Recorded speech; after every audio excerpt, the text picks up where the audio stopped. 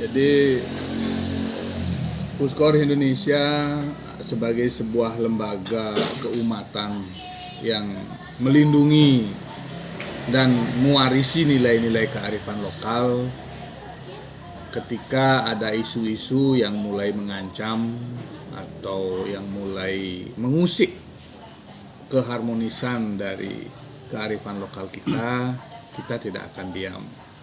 Sebagai lembaga Hindu yang independen, kita sebenarnya sudah menyuarakan ini dari lama. Sudah kita kasih peringatan dari World Hindu Summit pertama, ya. Jelas-jelas saya pidato di sana, nanti saya akan berikan pidato saya yang lama itu sudah tegas menyatakan melarang konversi internal. Karena gerakan kita juga akan mencegah konversi eksternal. Jadi konversi yang dilakukan oleh organisasi atas nama agama di luar Hindu kalau eksternal ya.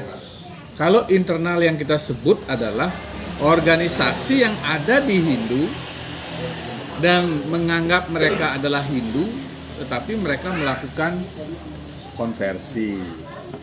Apa yang dimaksud dengan konversi adalah gerakan-gerakan terpola, terorganisir, dan juga yang melakukan propaganda aktif untuk mengajak orang yang sudah beragama, sudah berkeyakinan, menjadi orang yang berkeyakinan dengan bentuk lain. Nah, mengacu kepada Undang-Undang Dasar 45 Pasal 29 dan Undang-Undang Nomor 1 PNPS Nomor 1 Tahun 65, jelas hal ini dilarang oleh negara. Ya, walaupun mungkin bahasa dari Pasal 29 itu menyebutkan bahwa kita diberikan kebebasan untuk berkeyakinan, tetapi bukan berarti kebebasan untuk mengajak orang lain dengan melakukan organisasi, dengan melakukan tindakan-tindakan propaganda terpola untuk kemudian merubah keyakinan orang lain. Kalau untuk kesadaran sendiri silahkan, ya kita tidak anti dengan keyakinan apapun selama mereka tidak mengganggu orang yang sudah punya keyakinan. Terus ini terasa diganggu? Sangat diganggu. Pertama tadi itu mengacu pada undang-undang ya, juga mengacu kepada hak kebebasan kita menjaga keyakinan kita. Yang kedua jelas karena sudah terpola begitu, kemudian menggunakan ruang publik untuk mempromosikan, apalagi bahasanya mempropagandakan keyakinan, itu jelas-jelas sudah berusaha mempengaruhi orang. Jadi secara ketidaknyamanan sudah terganggu. Yang kemudian yang kedua yang mengganggu lainnya adalah bagaimana mereka kemudian masuk lewat pola-pola yang mendiskreditkan adat, budaya dan agama. Ya. Memang nampak itu. Oh sangat nampak, banyak bukti ya. Banyak bukti dan kita sudah kumpulkan semua bukti itu. Kita akan segera kompilasi semua. Antara lain ya, antara lain dengan mengatakan bahwa kita bukan penganut Weda. Ya. Kemudian jelas-jelas di Bali ini sudah memiliki tatanan beragama yang jelas ya.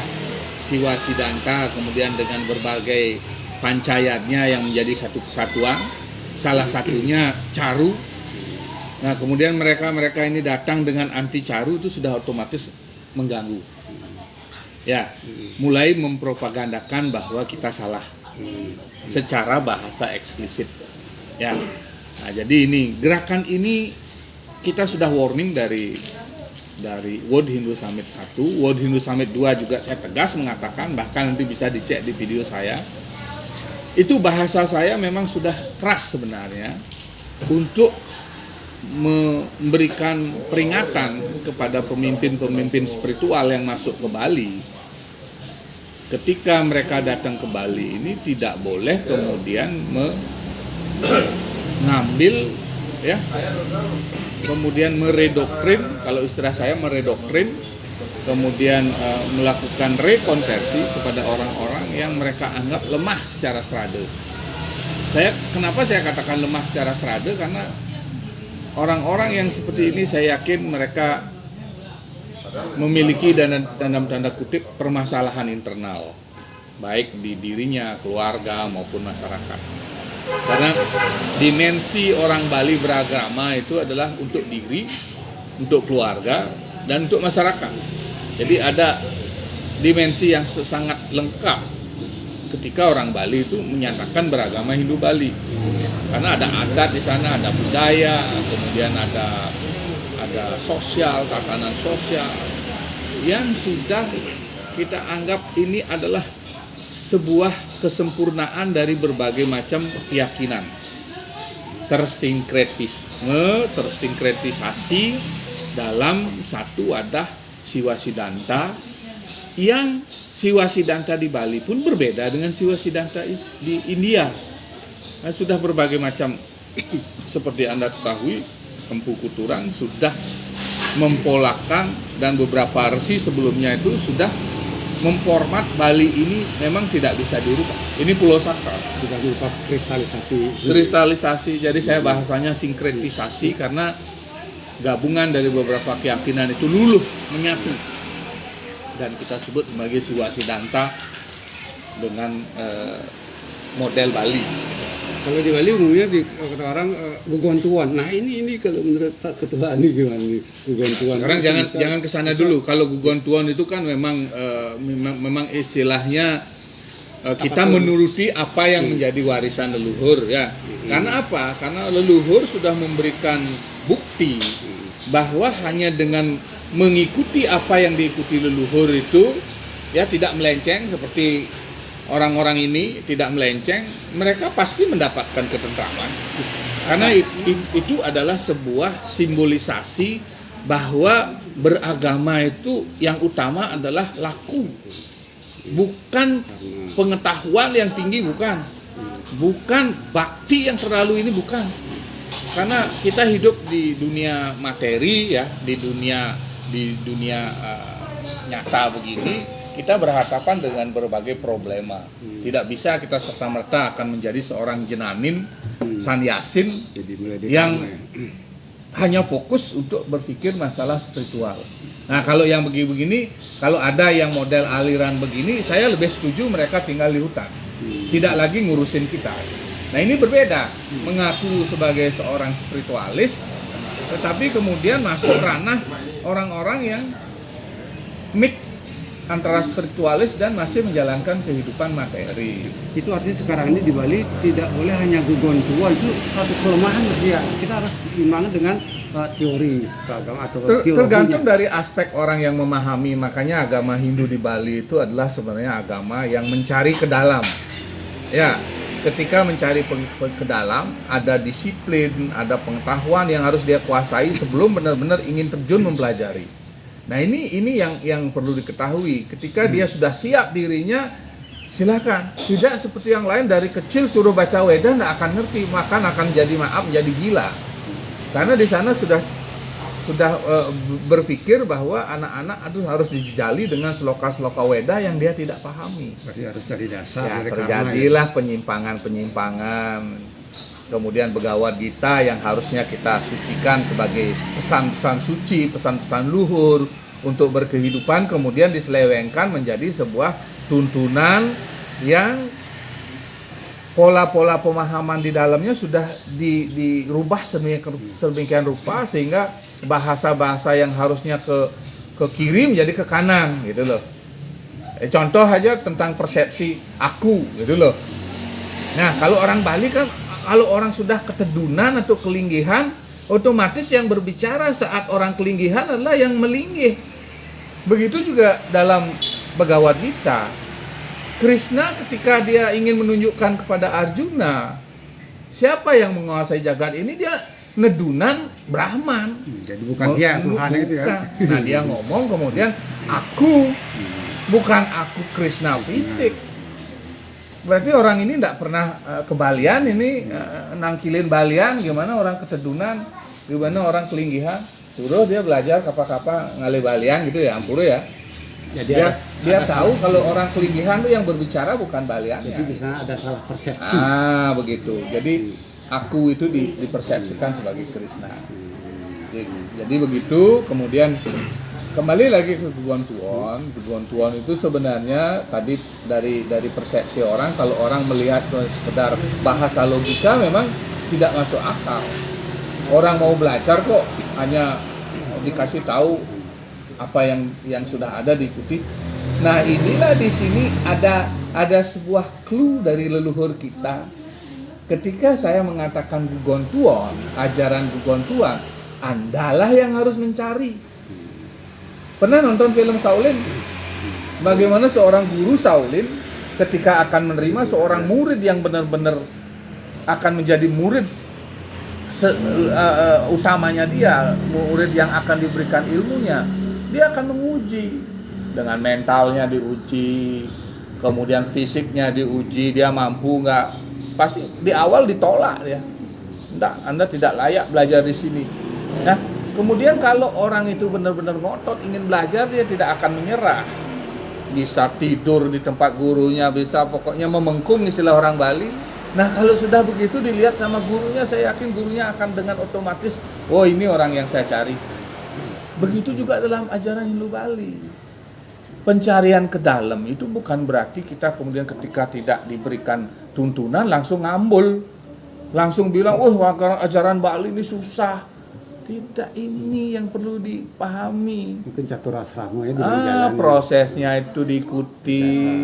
Karena begini, kalau orang kadang-kadang diberikan sebuah pelajaran dan dia tidak siap, itu akan menjadikan orang itu dalam tanda kutip bahasa keblinger.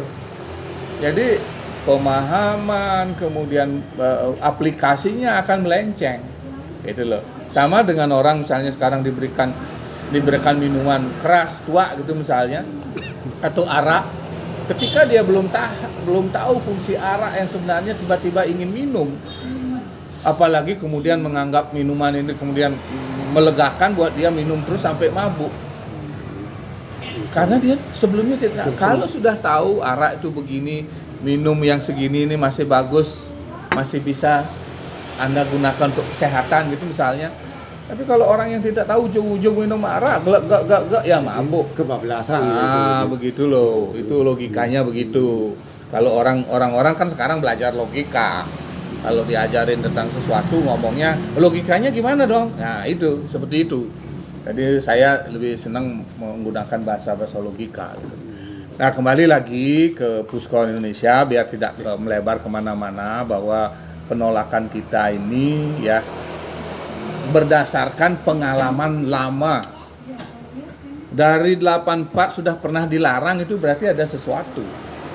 Kemudian berlanjut, kemudian dia masuk dengan jalur berbagai cara, akhirnya bisa di Parisade. Itu sebenarnya sudah perjalanan perjuangan mereka yang panjang untuk ngotot bisa masuk. Nah, kalau sudah begini polanya, ini tidak sembarangan gitu loh, terorganisir, dan ingin memang kemudian dari apa yang ada dalam video-video yang sudah beredar secara visi, misi, anggaran dasar itu sudah jelas dia ingin menebar sebuah keyakinan yang berbeda. Nanti secara teologis Pak Sekjen yang akan menjelaskan, tetapi saya kasih gambaran bahwa secara teologis antara Hare Krishna dengan Hindu Bali berbeda, bertolak belakang malah. Mereka itu harus tidak ada sisi-sisi yang sama. Contoh yang paling simpel saja tadi, dalam pelajaran agama Hindu di Indonesia dan di Bali, dari kecil saya diajarkan bahwa Krishna itu awatara.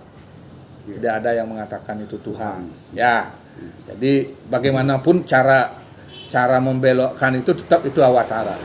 Jelas itu dalam jelas. Kemudian struktur ketuhanan kita yang di jalur nirguna itu Brahman. Ya, artinya mereka itu tidak terpikirkan, tidak berbentuk dan sebagainya, tidak bisa digambarkan. Nah, kemudian di jalur Saguna Brahman itu memang kita buat dalam bentuk format yang bisa kita pahami. Dewa misalnya, kemudian dewa dewi ya, kemudian ada betara betari, kemudian ada leluhur. Itu sudah konsep ketuhanan yang berbasis kepada pemahaman logis, di mana kita bisa dan diajarkan oleh pelajaran agama dari dulu bahwa dewa itu adalah manifestasi daripada Brahman yang memiliki fungsi dan tugas sesuai dengan apa yang mereka lakukan. Itu artinya justru mereka tuh terlalu sempit dalam memandang Sangat Weda. sempit, jauh. Ya, jauh sempit.